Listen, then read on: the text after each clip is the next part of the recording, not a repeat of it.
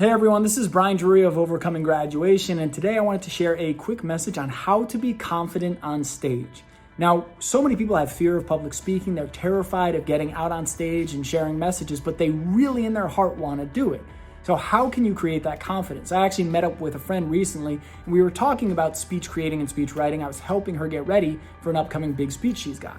And after my years of study and application in this, after doing speeches all over the country, and after spending time with one of arguably the best speakers on the planet, Sean Stephenson, as my coach and mentor and friend, I've learned a lot about this. And she asked, Brian, how did it feel going out and giving that speech? There's a speech that many of you may have seen where this speech went viral. It's my first speech ever to go viral, my only one at this point, but it was a speech that has reached over 20 million people around the world. And she said, how did you feel? I can't imagine. Now, 4 years ago, you were in the audience at Sean's event, Sean Stephenson's event, and you were feeling lost and scared, didn't know who you were, felt broken going through some of the biggest challenges of your life.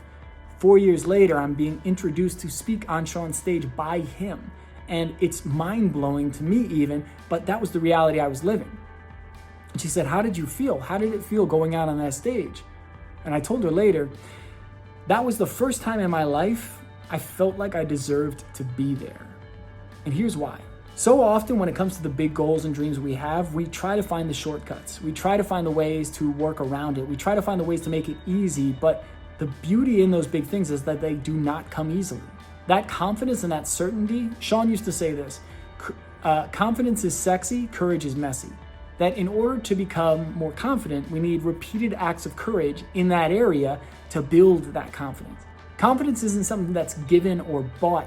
It's something that we earn over time through repeat action and continuing to push through the doubt and the fear and the uncertainty that life brings. So I remember weeks before this speech, so Sean had announced this program in our year-long coaching program.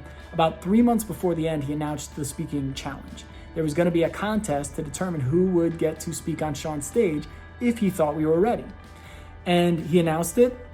I used what I thought was my best story. I did my dress rehearsal with him 3 weeks before and bombed. I did terribly.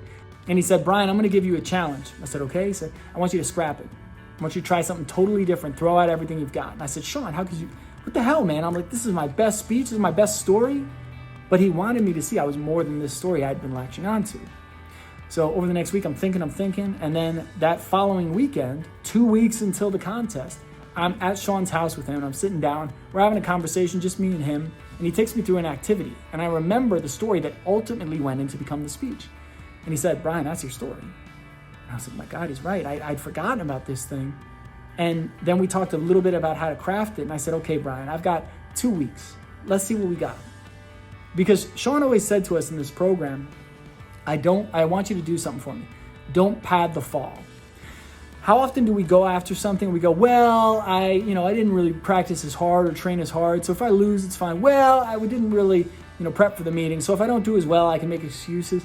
How often do we play full out? How often do we go full tilt? How often do we say, I'm willing to try my hardest, and if I fail at my best, and I'm willing to do that because I want to see what I'm capable of? It's terrifying and exciting. I said to myself, I'm like, Brian, let's stop this. I was like, I'm tired of my bullshit. I'm tired of my excuses. Let's actually go full out. So for the next 2 weeks, I practiced as much as I could. I went over and over. I did reps talking to my wall in my room over and over. I did it for my roommates. I took their feedback and incorporated it. I even did it for the Uber driver when I arrived in Arizona the day before the contest. And he gave me some feedback I used for the speech. And so when I gave that speech, I gave the best speech of my life because I had worked harder than I ever had before. I was working on it nonstop for those 2 weeks. And if you told me I could have done that in 2 weeks, I didn't think it was possible, but I said, let me see what I can do. Then when I was backstage the day of the speech, all the nerves and those voices and those insecurities, you're not good enough. You don't have value. They don't need your message. Your message isn't good enough. Who are you? You're too young. You're too inexperienced. All those voices were there, but they didn't have a seat at the table. Because in my heart, I said, I deserve to be here. I earned this. I put in the work. And more importantly, I'm here for them, not for me. I'm here to give them something that they need and hopefully give them something that they can walk away with to make their lives better or their day better, whatever that may be.